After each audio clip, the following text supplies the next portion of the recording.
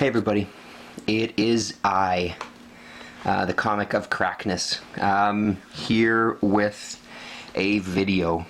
So before I start, there will be language and there might be images in here of nudity. So if that offends you, you're watching the wrong fucking channel. So today we're talking about Fogel's Underground Price and Grading Guide. So to start, I guess the biggest thing for me about this is I really had, and I guess to some degree I still do, have mixed feelings about this book even existing. I think I'm, for the most part, now that I've had some time to really look through it and read it and just spend time with it, I mostly think it's a great thing, so I'll just get that out of the way. I mostly think that it's a good thing that this does exist. I'm certainly glad that I have a copy. There was some interesting things in it. There's also some things that I think are a bit of waste of space, and then there's some things that I think could have been done way better. So I'm going to do my best to take you through this book. And I'll try not to bore the shit out of you with too many details. The first thing, I guess, is Dan Fogel himself. So he's responsible. There's actually, as much as this was presented to me, I knew that I'd heard about another kind of price guide in existence before for underground comics. This is actually the third book in existence on underground comics, and trying to compile a list of, not only compile a list of what was out there and what is in existence and how many printings there are and what are the variations of the printings and a pricing, but it's something that's also hasn't been done to this degree before. The previous ones, he says in here, he says this one supersedes anything else he's done. There was another one, I think early 2000s, I believe is what he said, and that was followed up in 2010 with a supplemental guide. I think those are the dates. Early to mid 2000s, and then 2010 I believe was the supplements. And it's years of experience. He himself was an artist, he was a publisher, he was a retailer, he was responsible for kind of reprinting a lot of artists, like guys like S. Clay Wilson and Robert Crumb, kind of putting together volumes of their work and republishing them in a nicer format and hardcover, etc., that sort of thing. He also worked, I believe, in Cherry Pop-Tart, which was kind of a pornographic comic. I have a collection of Cherry.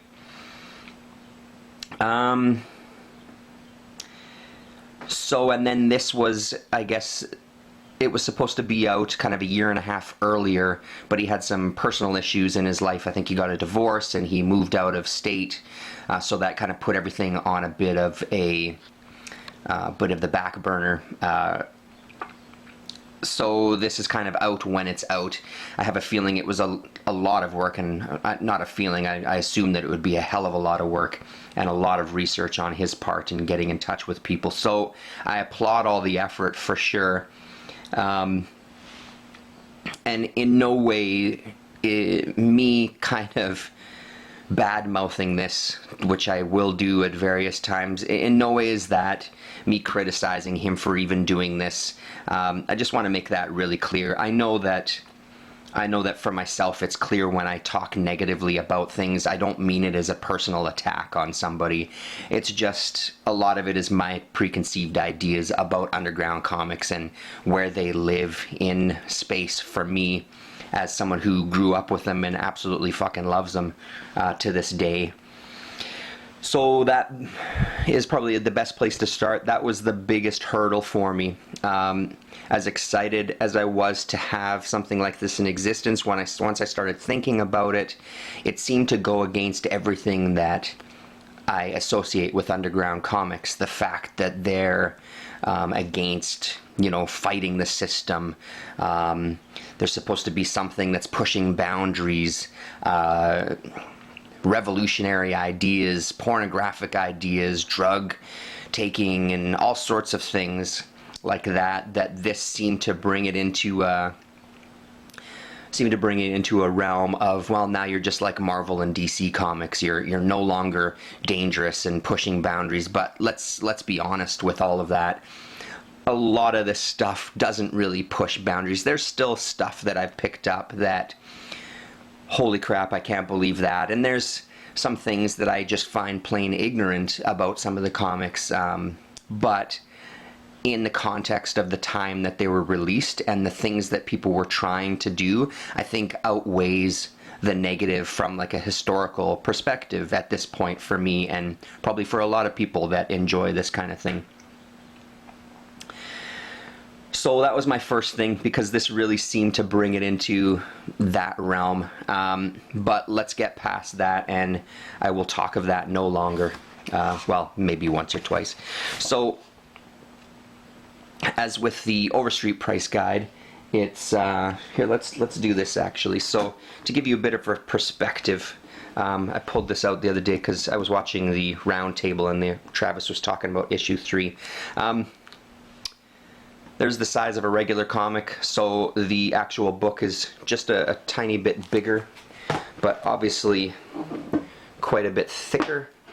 I think we're dealing with 336 pages in this book, and there's the US price there, $39.95.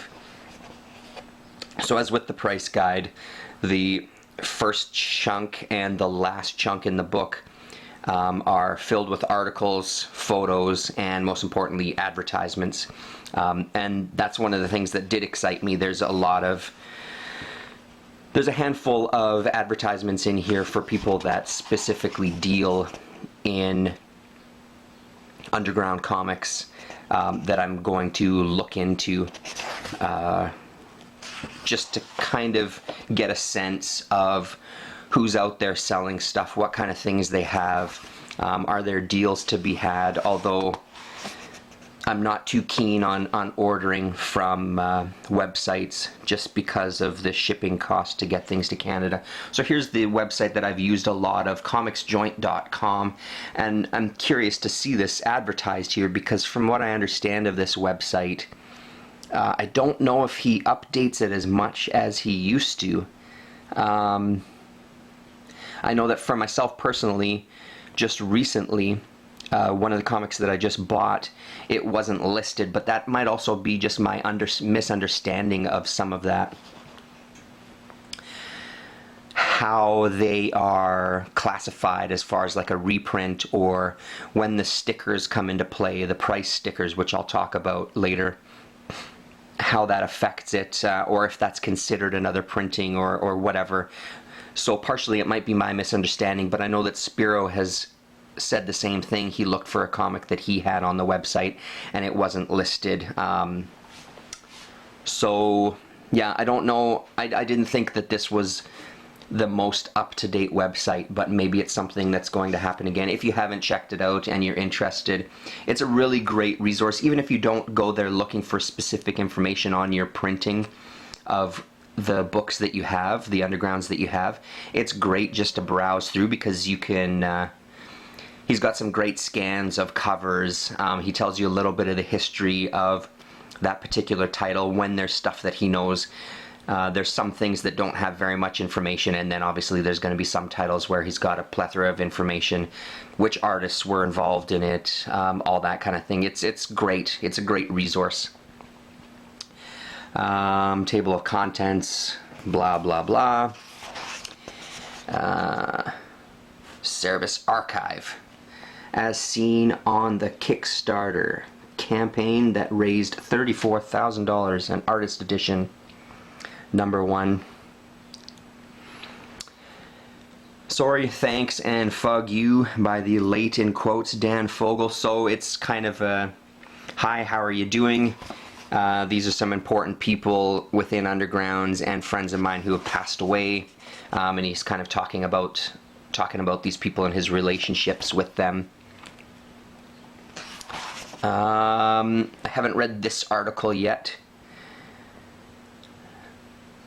so I can't tell you much about that, but this is Robert Crumb's first wife, who helped him sell, or actually ended up, according to this book and an article later on, ended up being the person with John Orlando, I believe, and somebody else that was listed as well, selling Zap #1 out of a baby carriage at Haight-Ashbury in San Francisco.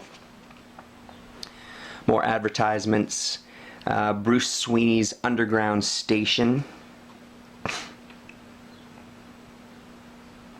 Another one that I haven't read yet, just kind of skimmed through. It mostly talks about some of these. There's a couple of these articles that I didn't read because on skimming through them, they're so short and it didn't look like it was any information that was really pressing. And that's one of the first issues that I have with this book.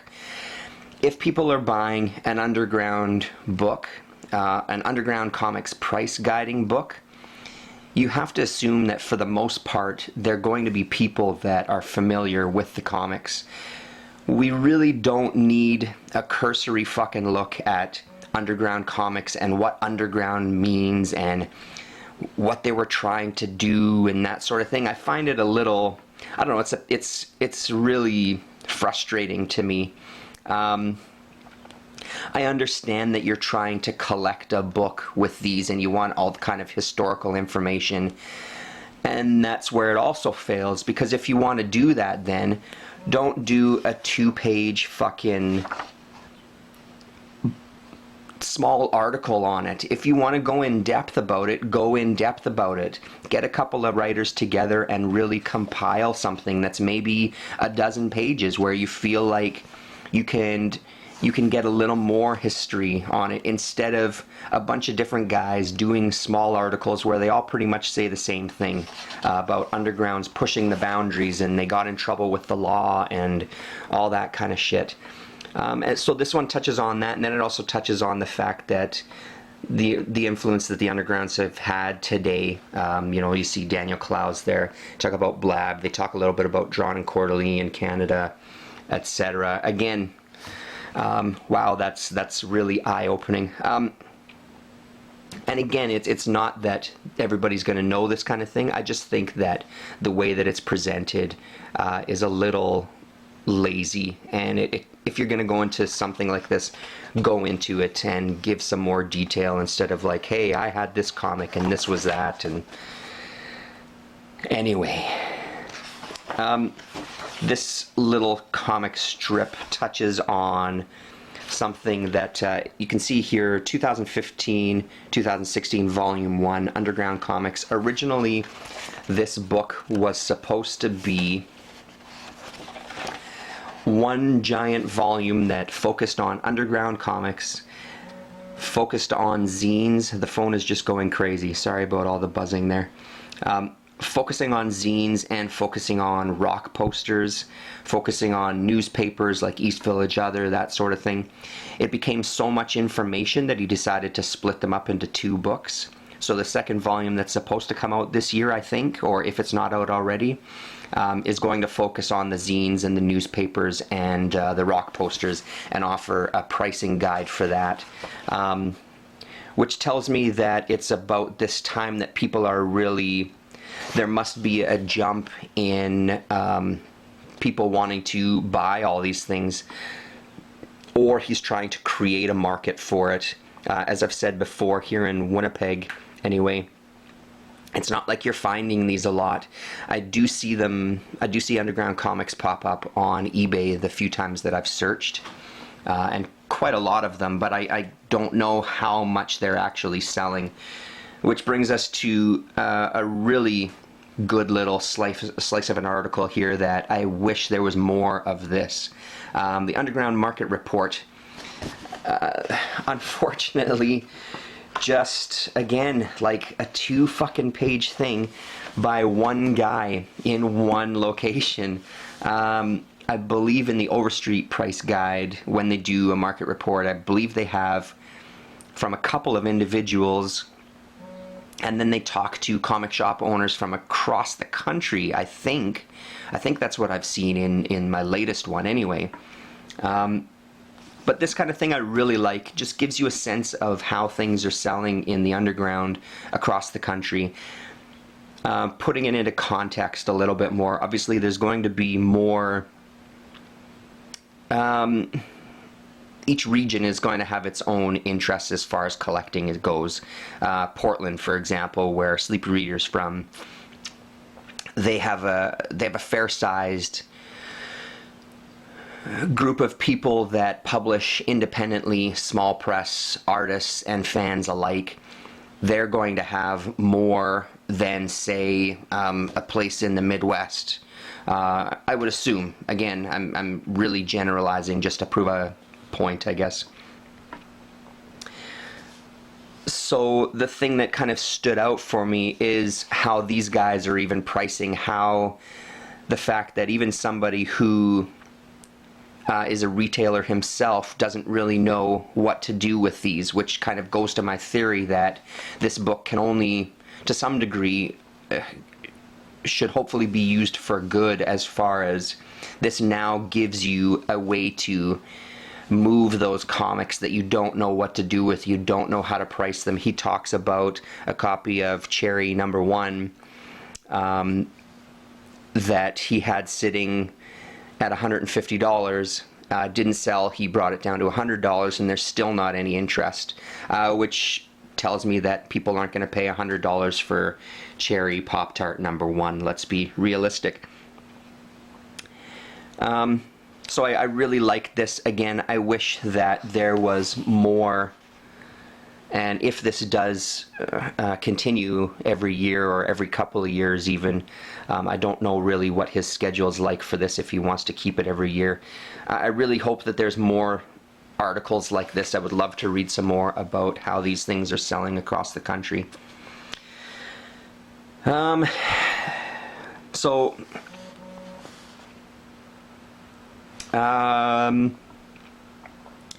Maybe I pause here for a moment to kind of collect my thoughts on this and see what the fuck is going on the phone that is so earth-shatteringly important. I'll be right back. Okay, sorry about that. Work-related nonsense. Alright, so we get into the part that really ruffled my feathers quite a bit yesterday. I've since calmed down a little bit about it. But let's talk first about a 10 gem mint slab. Go fuck yourself.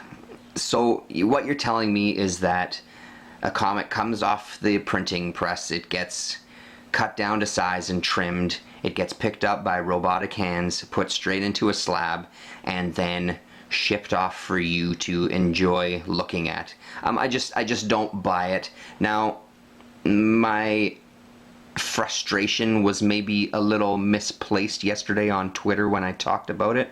I see that more as a CGC thing for sure. I also put some of the blame on the book, though, to some degree. They sort of cover it. They talk, I mean, I think the assumption is, again, that you're going to be directing this book at an audience who, when they were buying these books, or if they were fans and they have them in their collection, they were passing them from filthy stinky hippie to filthy stinking hippie, and they weren't putting them in bags and boards. They weren't keeping them out of the sun. So why the fuck would you want to put something in a piece of plastic and encase it so you couldn't look through it? And I understand that. I just wish there would have been more of a straight out, listen, a grade of a 10 just doesn't exist, especially when you're dealing with underground comics. Now, what do they say about that? What they do talk about that I did appreciate was, here for example is supposedly a Snatch comic from 60s, I can't remember if it was 69 or what year it was. that is in a 10.0 condition. I just don't buy that. I do not buy that for an absolute second for any comic. I don't care how big your company is. I don't care if you're Marvel, DC. I do not buy the fact that something like that exists. I call bullshit on that. So what they do talk about is a really important distinction between the undergrounds and the mainstream ones. When these undergrounds were produced, they were, like Zap number 1, for example, was a small hand-cranked printing press on low-quality, shitty paper that was hand-assembled by a group of people, more of like a zine. So they talk about how it's a different experience when it comes to a company like CGC and people in general grading these comics, because they have a whole different set of criteria. If you're dealing with a comic that was printed on paper that never in its existence was white, you can't have a classification of off-white pages bringing down a grade. It just doesn't make sense because the pages were never white to begin with. This section, as I'm flipping through and talking, this section is just kind of, as you can see, just about CGC and how it started and what exactly they do. I'll just kind of keep flipping through these as I'm babbling on. So I think all that information is really great to make sure that you know that these undergrounds are being graded against themselves. They're not being graded against Avengers number 1 in new mint condition. They're in their own category. What's kind of helped them, I knew about one of them. There is a couple of pedigrees with underground comics that I was aware of. One, Graham Nash, I believe. Oh, of course I'm not going to be able to find it. Graham Nash has one amazing collection of comics. Well, it was right here, actually. What about pedigrees or file copies? Until this year, CGC never recognized an underground pedigree. A pedigree is defined as an original owner, bought off the stands, collection in unusually high grade. The Haight-Ashbury pedigree consists of about 500 mostly different comics that were purchased by one individual in the San Francisco area in the 70s. Few of the books were ever read. They were stored in a cool, dark place and maintained that fresh from the head shop feel to them. Another notable underground collection recognized by CGC is the collection of rock star Graham Nash. His collection was assembled over years, not off the stands, and is noted from the collection of on the CGC label. File copies also exist of several Apex novelty books that have been saved for many years by publisher Don Donahue. So there you go. So there is actually pedigrees. I'm amazed that somebody bought them off the stands and then just kind of stored them away. So my point was that I found all that information great, and then just to kind of skip ahead just for a moment, they do the same thing that the Overstreet Guide does as well. When we get into the grading, all you're looking at is basically 3 different grades: the 2.0, 6.0, and 9.2. So it really gives you a good range of prices, from kind of falling apart to something that's pretty reasonable, just to give you a sense of it. So they don't specifically endorse the 10s, they just talk about it as a point of reference of like, listen, this is something that exists out there. There is a comic, an underground comic that is labeled at a 10, here's a photo of it, that sort of thing. So my anger is definitely directed more at CGC than these guys specifically, because he does do a good job of kind of making sure that it's known that these are different types of comics that you're talking about. I'm going to have to take a pause here. The battery is running out and I'll be back. On to the next section of our look through this book.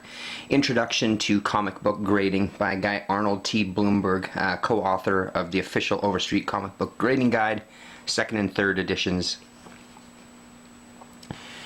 just offering his take on comic book grading. And then we move into Fogel's Field Guide to Underground Grading, and then a glossary of checklist and grading terms. And again, as I've stated in this that little previous chunk there, it's more of these are things that exist out there in the world. Here's the information you should know about them. Here's how it relates to underground comics. Here's how underground comics are graded. And not only that, here's some examples. So again, we have this Snatch Comics description of how they're graded. Grade description. This is an example of a given book. Binder and printing, cover exterior. Goes into a little more detail there, and then here it gives you basically like a Cliff's Notes version of each of the categories and what to expect out of a 9.9 when it comes to staple tears, none allowed, rust migration, none allowed. Really handy, really nicely put together. So there's a near mint for Jizz Comics and a 9.6, pardon me, sorry, 9.6 for black and white comics, etc. We move down. I like that there's photos. I wish the photos were bigger. I wish they were in color.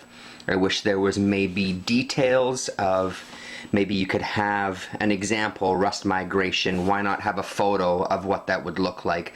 Again, it's one of those things for me that if you're going to go through this trouble of wanting to educate the people who are buying this book, go the extra mile. Have some color reproductions of these. Have these pictures bigger. Have maybe the left side of the page is all the text. The right side of the page is maybe a half page, a bigger photo in color. Maybe some close-ups around the edge. I mean, it's another just example of sort of half-assedness, because if you don't agree with the grading thing, you don't really want to talk about it, don't talk about it. But if you're going to, go for it, you know. And what they do at the end here, they take the same issue of Zap Comics, so which is also something that would have been nice, I guess. Maybe they couldn't find a comic that existed in every single grade the same title, because I really like that they have the exact same comic for a 5.0, a 4.0, a 3.0, and a 2.0, and you can see the deterioration. You can see by like the corner there, for example. It's not like that in the 3.0. There's blemishes there. So again, overall, I think he did great with covering the basics, just to at least have the people buying this book educated in CGC. I'm just going to pause for 1 second. I'm back. For some reason the focus seems to go out every once in a while. And an appendix, and then we get into the first color section, where we just look at individual artists. So this is Spain Rodriguez, and one of my favorites, sorry about that glare there, from this little reproduction, Gothic Blimp Works, with a fantastic cover. Here, Trash Man, one of his characters, Insect Fear, Bitch, and then a cover to Skull Comics. You can't have an underground book without some Robert Crumb and some Gilbert Shelton with his fabulous Furry Freak Brothers, Gregory Irons, Dr. Wortham's Comics and Stories, Skull. I have that particular issue. Sorry, I'll try not to do that too much. S. Clay Wilson, one of my favorites just for his completely pervertedness. I read an interesting thing about S. Clay Wilson, that even at the time of the underground guys, when he was working with a lot of these people, he was one of the guys that apparently disturbed some of the other comic book artists just with the extremes that he would take his characters and the amount of violence and the shit that he would put into his comics. Some Rick Griffin.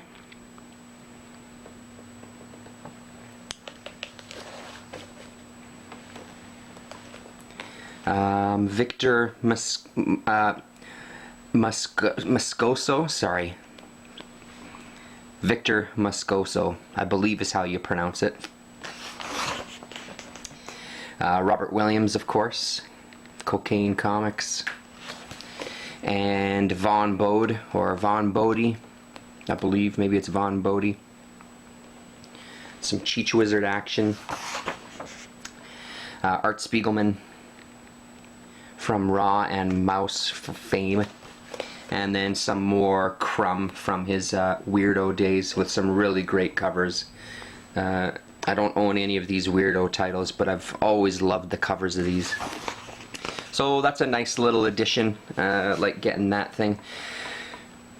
Guide to Grading Comics ad, posters, some more photos, and then finally a quick write-up of how to use the guide. He talks about, again, like I said previously, this supersedes any other guides that he's written before. This is the one to go to for pricing. He talks about how he deals with printing editions. He makes an interesting point. If there's no difference between, say, the second, third, fourth, and fifth prints, if nothing is noticeably different, he just categorizes all of them as fifth prints, or sorry, as second prints. Obviously, if a thing like a price changes, that he'll make note of. And one thing that he does say is the pricing sticker. I know that DaCosta had it on one of his comics in the video that he showed. I know that I have a few on various comics. When they put that sticker over top, it's the publishers that are putting the sticker over top, and it's actually considered something that knocks the price down. It's considered a blemish or a default, or I'm mixing up my words. I'm all of a sudden not as smooth as I was before. It's just considered something that's undesirable. People don't want the stickers. The stickers are covering up a 50-cent price tag or a 75-cent price, bumping it to $1 or $1.25 depending on when it was coming out. Instead of doing a reprint, they would have leftover copies and just sticker it differently so it would match the prices of the other books coming out at the same time. But I didn't realize that that was considered something undesirable, just for the simple fact that it was the publishers that were doing it. It wasn't people in stores that were selling the comics in the head shops. The other thing he states here about 3D comics, that if there's no 3D glasses in them, expect to cut 50% off, which sort of makes sense, sort of doesn't. I can see that, I guess, because it's considered an incomplete book if at one time it did come with the glasses and you don't have it. So just kind of gives you an overall guide of where he got the information as well, how many, really makes an important point of it. Listen, this took me a long time to compile this information. I've talked to a lot of people. I did a lot of traveling. I've got a lot of experience in the industry. I've got a lot of experience with underground comics. This is how you should be reading the guide, and these are my credentials. And then we have a listing key and glossary of abbreviations and terms. Gives you a little bit of the layouts, what a bunch of the abbreviations mean. BG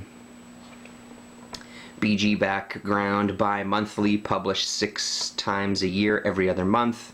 BTTM is bottom. FC front cover, etc., for when you're breaking everything down. And then we get into the guide itself. So before we kind of take a quick skim through that, let's talk a little bit about how he lays it out. Let me put you down for 1 second, sorry. Okay, Zap Comics, for those of you that don't know, number 1 came out before number 0. The original number 0 was originally supposed to be number 1. Robert Crumb approached a guy to produce it for him. The guy shit the bed, held on to the art, and Crumb had a little bit of a fight on his hands to get his original art back. In the meantime, number 1 was published. After number 1 was published, when he finally got all his art back and got it into his own hands, then they published number 0. So that's why you see a big price discrepancy. And again, Zap number 1 is considered, it's not the first underground comic, but it is considered the most important and the first of a certain era of undergrounds. This one had a lot of influence, obviously, on the scene as a whole. It made Robert Crumb a big name. It really blew the lid off of the underground scene, and everybody realized that it was something they wanted to have more of. So he deals with printings like so. So if you look, Apex Novelties did number 0, 1968. First is obviously first printing. 35 cents was the cover price, and then distinguishing characteristics about the printing that will tell you besides price, because sometimes it's an obvious thing, like the price shift. For example, between the 5th printing and the 6th printing, it went from 35 cents to 60 cents, so clearly nothing more needs to be said, because if you have a 60-cent price on it, it was a 6th printing. But any other information that you see is just things that'll distinguish it. Number 1, 1968, Apex Novelties, again, 25-cent cover price, and it says printed by Charles Plymell on the back cover. So I really like the way this is laid out, and this goes back to my comments on Comix Joint website. He did a really great job of doing similar on that website, but as I said, it might, and again, I completely understand that it might be my own fault with misreading and not looking properly at the issues that I have, but this just seems to be a lot easier to understand as far as which printing is which, especially when you get into sections like that, like the last gasp of version of Zap number 2. And it makes it really evident. It was $2.50, $2.95, $3.95, $4.95. If you see any of those numbers, you know exactly which printing you have. And again, it's not interesting to me because I need to have first prints. I just like this history of it. Just to see how many prints something had. There was some Freak Brothers, I think, that was mentioned before in an article that had 20 different prints. Maybe when we get to F, we'll look at that. Might have been Freak Brothers number 1 that had 20 different printings throughout its life. I like knowing that kind of information. Yeah. So that's how it's laid out. We'll go back and we'll just have a quick flip through just to show you. There's not much really to show you in the layout. We'll just flip through some sections to give you a little peek. Nothing unusual about the way that it's laid out. I do like that it's a bigger book than the Overstreet guides. The one thing that really stood out to me, so we start with numbers and then we move alphabetically. I like how they've also mimicked the Overstreet method of putting some sample covers at the top. I really like that, especially for a book like this, where a lot of the titles just aren't familiar to me at all. It's nice to see a little sample. This one right here, The Adventures of Jesus, this is one of the comics that's considered the very first underground comic, and you can see right here, Adventure of Jesus, 1962, so you can see how far in advance this came out. It was Xeroxed by Ed Brooks Alexander with an M a watermark on it. Frank Stack, and you know, you're looking at $2,500 all the way to $10,000. That one, and there was one other one, and it's escaping me right now what it was. But anyway, so that would be one of those that are considered the very first of the undergrounds. The thing that I noticed going through the book was a lot of this. Since we're on this page, there are so many listings in here where the prices range from $1 to $5 or $6, and that's it. Obviously, there are exceptions to that, where you'll get, you know, here's Afterworld #1, for example. Sorry, I can't quite see the focus, my focus distance, somewhere in there. Afterworld #1, 50-cent cover, $60 to $250. So you do have some exceptions. Air Pirate Funnies, for example, down here. #1 starts at $35, #2 starts at $45. But for the most part, you see a lot of $1 to $5, which when I first looked through it, I found just funny, because what's the point of doing a price guide if everything really does cost nothing? If everything, why not just do a pamphlet then with the ones that cost money and just have a addendum of everything else is $1, you know? But again, I think this goes to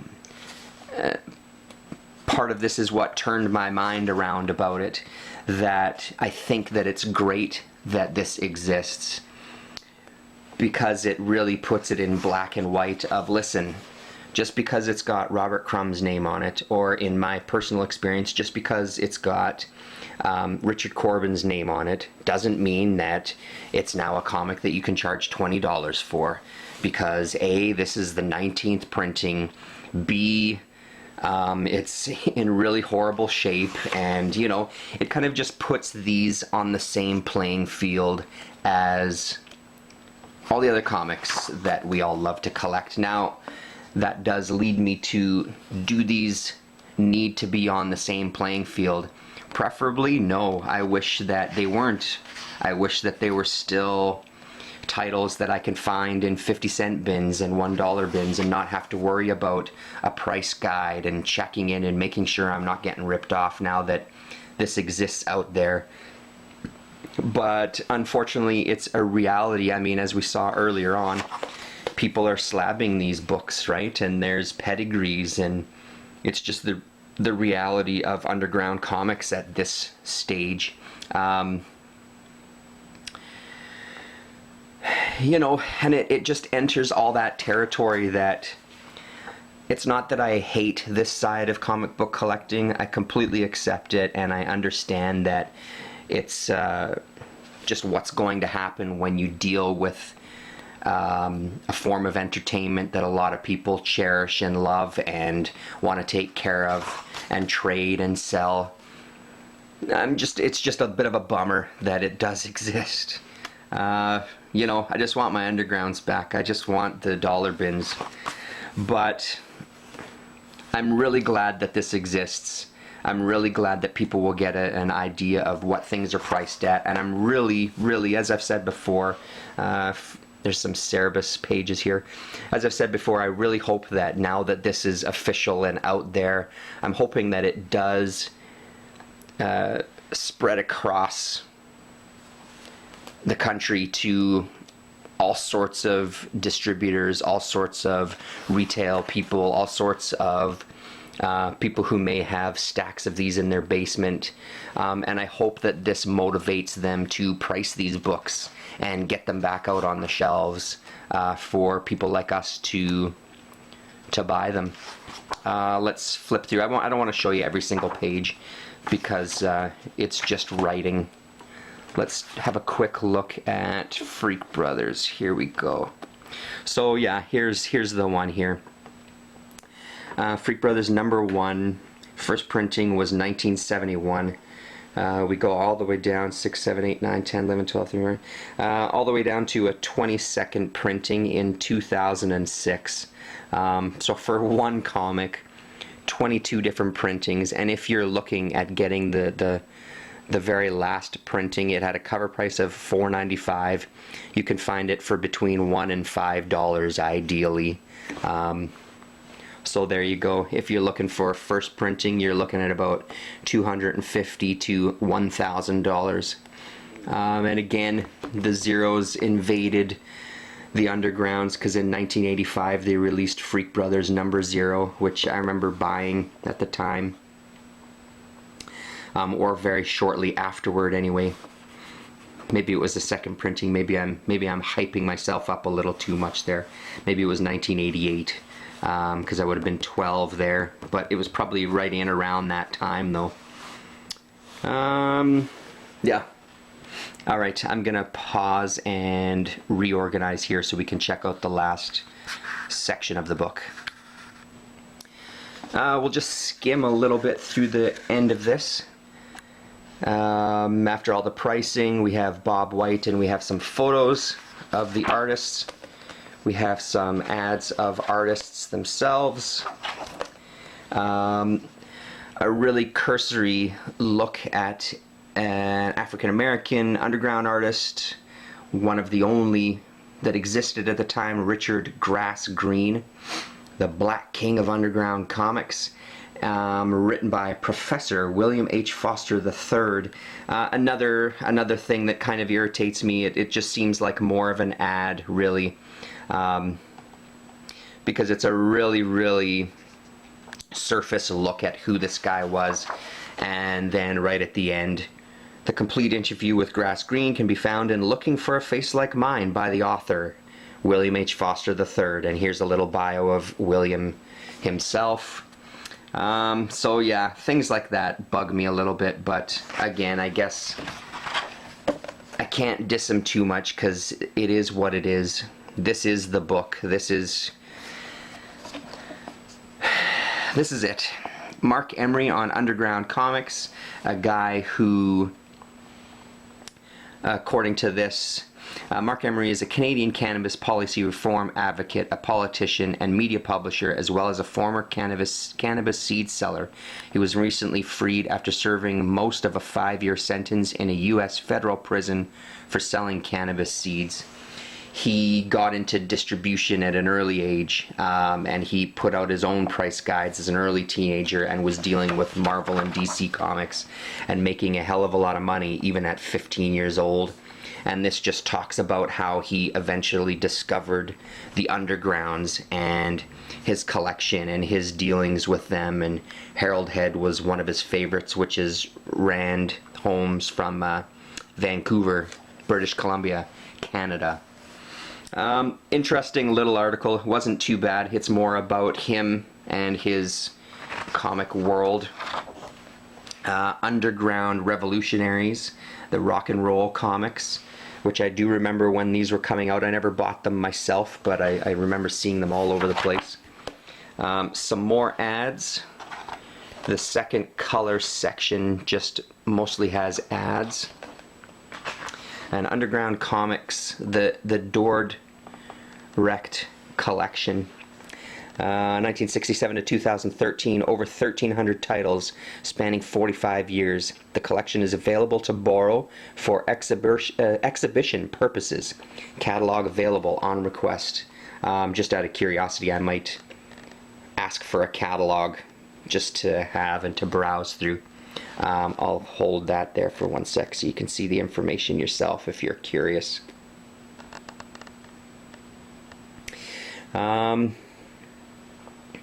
There we go. And a few more ads, some more ads for some shops, where to buy art, where to buy comics. Sorry if I'm skimming through this stuff isn't as interesting. And here we go. This was an interesting little look. The main reason that I enjoyed this bit is they talk about printing numbers, how many copies were printed of mostly Zap Comics is what they talk about, and then they also talk about the influence that Zap Comics had and what it led to.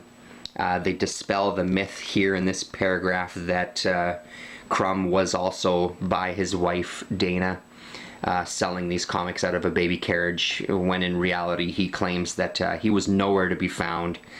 The first day that they sold Zap number 1, they made $20.50, and the very next day, on the 26th, a small distribution company called Third World Distribution, financed by Mo Moskowitz and run by husband and wife Bob and Peggy Rita, along with Martin McLean as a route driver, purchased approximately 500 copies for $45.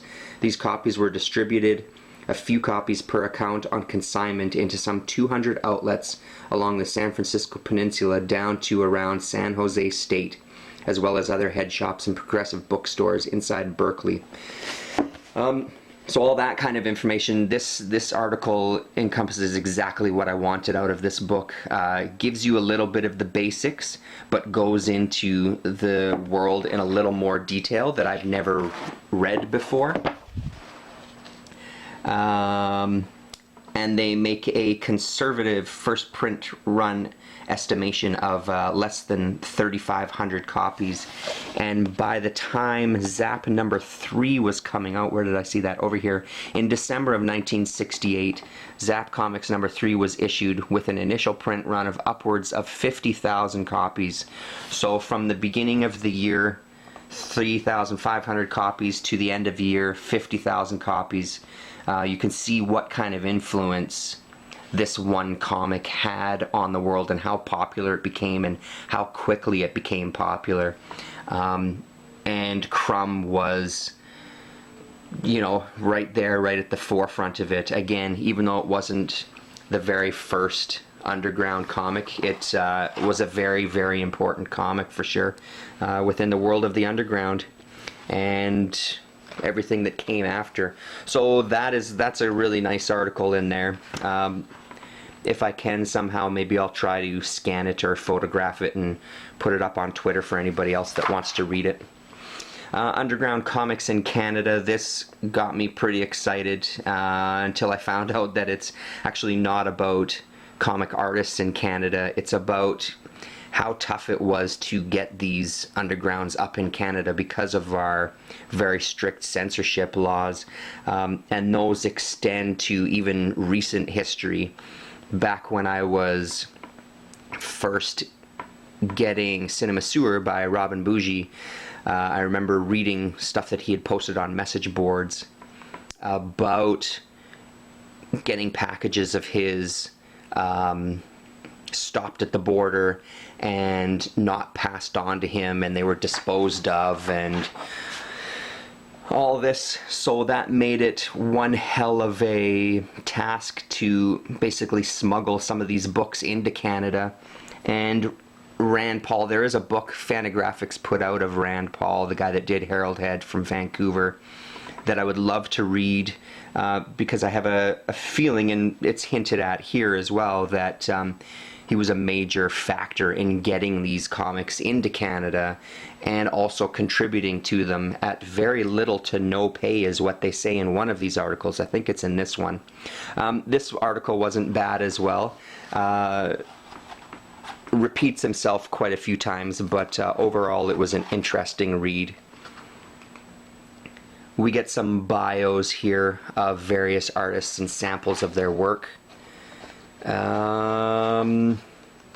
More advertisements, and the last thing that I wanted to show you, Mr. Bougie himself advertising in the back for Cinema Sewer and Sleazy Slice, and a link to his website. Ladies and gentlemen, there you have it. The Fogel's Underground Price and Grading Guide. As I mentioned, I'm sold on it. I think that the good outweighs the bad, and at least there's somebody addressing the fact that there are these comics being CGC'd, there are these comics being sold online, eBay. I see it almost as trying to regulate it a little bit, and accepting the fact that this is the reality, but at least there's a guide to help If you really want to collect these, or if you're really interested in reading them, go in educated. Here's what CGCing is. Here's what we think prices are. Here's what experienced people selling these books are selling them for. So here's information based on what's happening across the country. And again, it's focused on North America. So I like it. But like I said, it was a bit of an uphill battle getting around it in my head. But ultimately, I'm glad it exists. And I hope that you found this interesting. And thank you very much for sticking with me for this entire, whatever it is at this point, 40 minutes, 45 minutes. And we'll talk to you.